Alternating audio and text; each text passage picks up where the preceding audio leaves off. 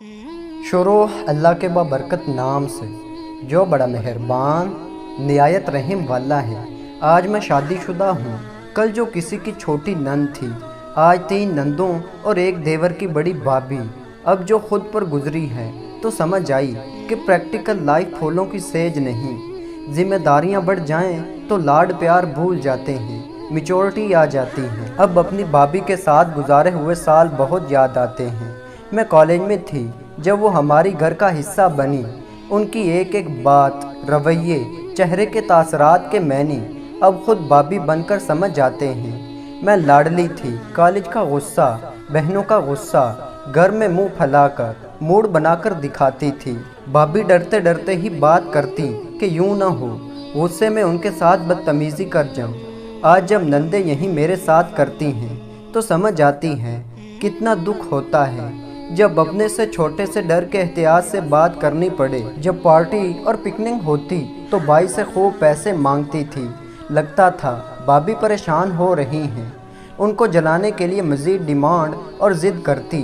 आज समझ आती हैं जब मेरे अपने शौहर को अपने बहन भाइयों की पॉकेट मनी मेरे और घर के खर्चे मैनेज करना होते हैं। भाभी जलती नहीं थी, वो अपने शौहर के लिए उदास हो जाती थी। जब गुस्सा आता था तो मैं भाभी से ऊंची आवाज़ में बात करती थी। लाडली होने की वजह से वो मुझे गुस्सा नहीं करते थे, सब सुन लेते थे। लगता था भाभी को बुरा लग रहा है। मैं दिल में सोचती हूँ ये बड़ी आई, 2-4 साल हुए मेरे भाई पे हक जताते हैं। आज जब मेरे शौहर के बहन भाई उनसे ज़रा सा बदतमीज़ी करें तो भाभी का दर्द महसूस होता है। मेरे वो भाई सही, भाभी के लिए उनके शौहर सबसे मुअज़्ज़ज़ हस्ती थे। भाभी पर किचन के काम का लोड होता तो मैं मदद नहीं करवाती थी। मैं सोचती थी ये उनकी ही तो जिम्मेदारी है, ना अम्मी हम बहनों को कहती। अब जब मैं थक जाती हूँ तो सोचती हूँ कि मेरी सास अपनी बेटियों को ज़रा सा मदद करवाने का कह दें, मुझे आसानी दे दें। काश मैं भाभी के लिए आसानियाँ कर देती। भाभी से मैं जिस लहजे में चाहे बात कर दिया करती। मेरे जहन में ये बात थी कि नन के नखरे उठाना भाभीयों पर फ़र्ज़ ऐन था। अगर बड़े को छोटे से प्यार करना चाहिए तो छोटों को भी बड़े को इज़्ज़त देना चाहिए। बड़ी बाजी हफ्ते से भी ज़्यादा रहने आती थी।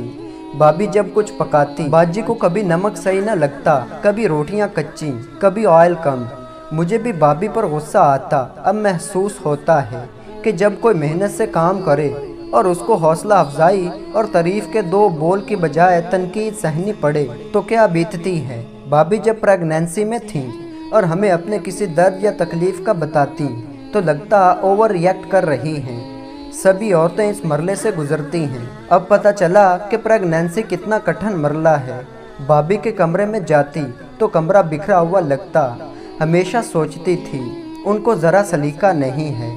अब समझ आया कि जब पूरे घर की जिम्मेदारी कंधों पर हो तो अपने कमरे में आकर सफाई करने का नहीं, रेस्ट करने का दिन होता है। ऐसी ही कितनी ही बातें याद आती रहती हैं। अब क्या कर सकती हूँ, आसानियाँ ना दे सकी, मुश्किलात खूब बढ़ाईं।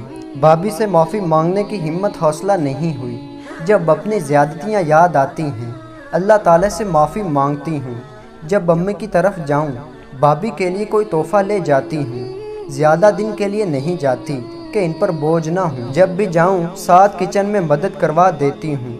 मेरी अम्मी तो कहती हैं कि अपने घर से थकी आई हो, आराम करो, लेकिन मुझे ऐसे आराम में कोई राहत नहीं मिलती। रहने जाऊँ तो भाभी को सब्जियाँ काट कर फ्रीज़ करके दे आती हूँ। वो किचन में मसरूफ़ हो तो उनके भतीजों को नहला धुला देती हूँ या किसी भतीजों को पढ़ा देती हूँ।